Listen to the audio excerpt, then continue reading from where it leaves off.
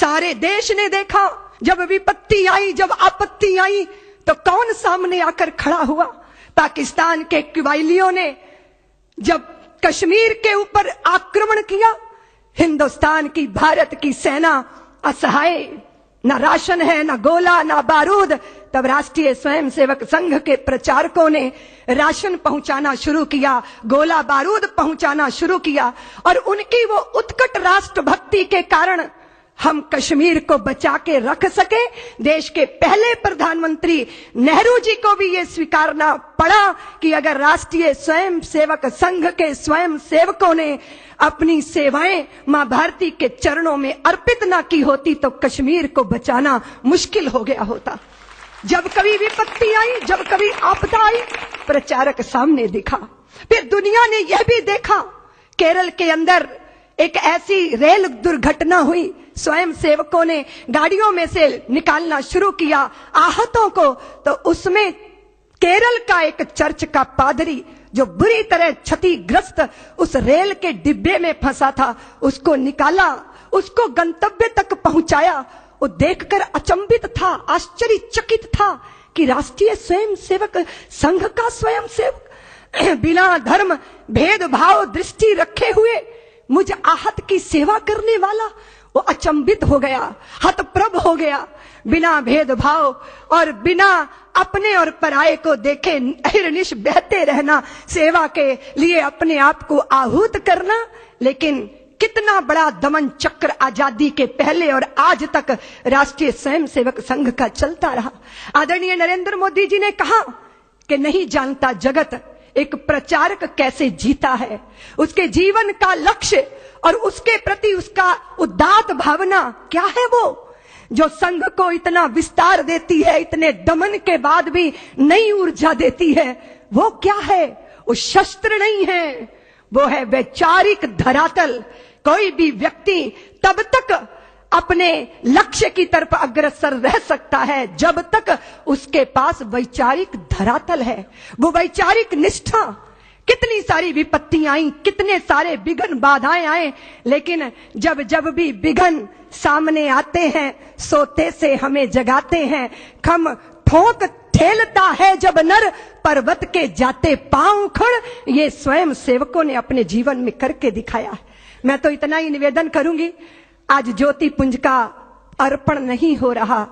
प्रचारक का जीवन, उसकी सादगी, उसकी सरलता, उसकी सच्चरित्रता, उसकी आभा से ज्योति पुंज के माध्यम से वो प्रकाश लोकार्पित हो रहा है जो सारे विश्व को प्रकाशित करेगा।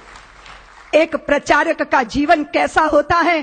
वो निजता से ऊपर उठकर कैसे व्यक्ति से व्यष्टि से समष्टि के लिए चिंतन करता है और अपने आप को आहूत करता है।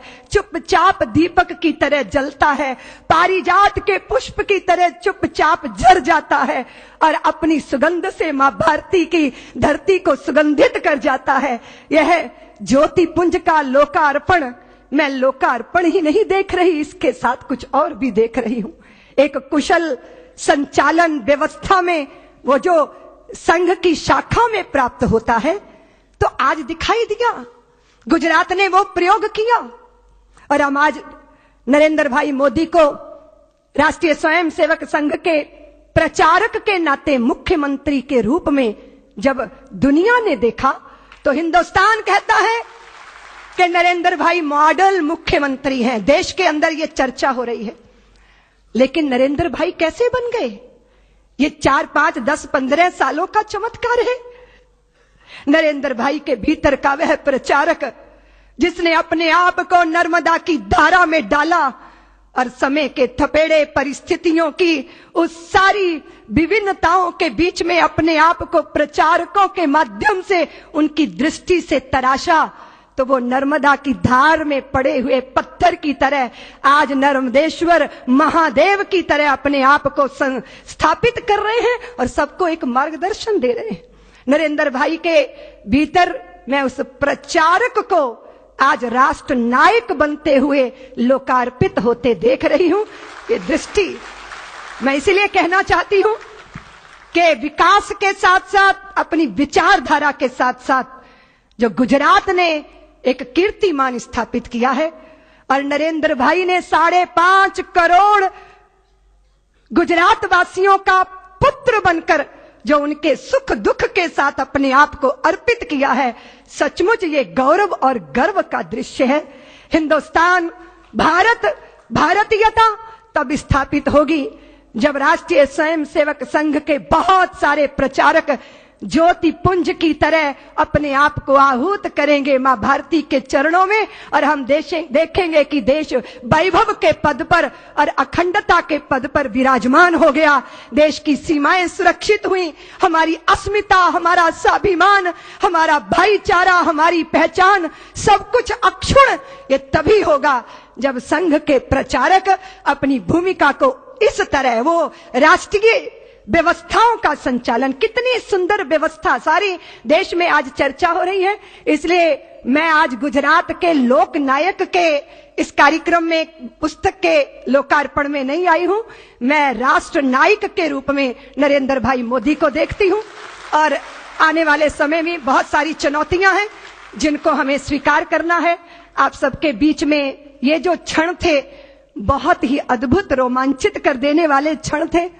मैं हृदय में बहुत रोमांच अनुभव कर रही थी जब हमारे गायक बंधु भुजा उठा उठा के मनुष्य तू बड़ा महान है ये पंक्तियां गा रहे थे। एक बंधु ने गीत गाया, अपने आप को पुष्प बताया, मां भारती के चरणों में अर्पित हो जाना यही चाह होती है किसी भी राष्ट्रभक्त की। उसी धारा में बहते बहते आपके बीच में आई हूं। गुजरात की धरती से मुझे बहुत प्यार है। मैं बताना चाहती हूं कि कुंभ का समय था, प्रयागराज में मैंने मुंडन करवा लिया था। 1 महीने के लिए कल्पवास करूंगी निश्चय कर लिया था। माननीय अशोक जी आए, उन्होंने कहा कि गुरुदेव साध्वी ऋतंभरा को गुजरात भेजिए, ये कल्पवास करेंगी यहाँ, इनको गुजरात जाना चाहिए। उस समय चिन्मोहन भाई पटेल की यहाँ सरकार थी और राम जन्मभूमि का आंदोलन अपने शिखर पर था। मैं गुजरात की गली गली, गांव गांव में राम भक्ति का संदेश लेकर गई थी। गुजरात वालों को शायद याद होगा, मेरी बड़ी आत्मीयता है गुजरात के साथ, क्योंकि गुजरात मेरी संघर्ष भूमि रही है।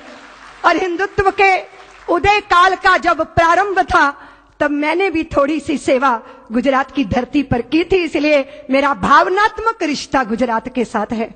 और नरेंद्र भाई ने निमंत्रण दिया, आपने बुलाया, हम चले आए।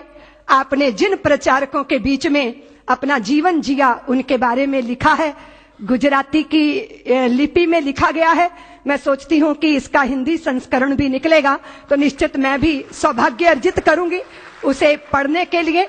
आप सबसे इतना ही निवेदन करना चाहती हूं कि समृद्धि और सफलता के साथ सारे देश के अंदर सद्भावना के वातावरण का निर्माण करने के लिए राष्ट्रीय स्वयंसेवक संघ के प्रचारक अपनी अग्रणी भूमिका निभाएंगे और ये दृश्य मां भारती देखेगी।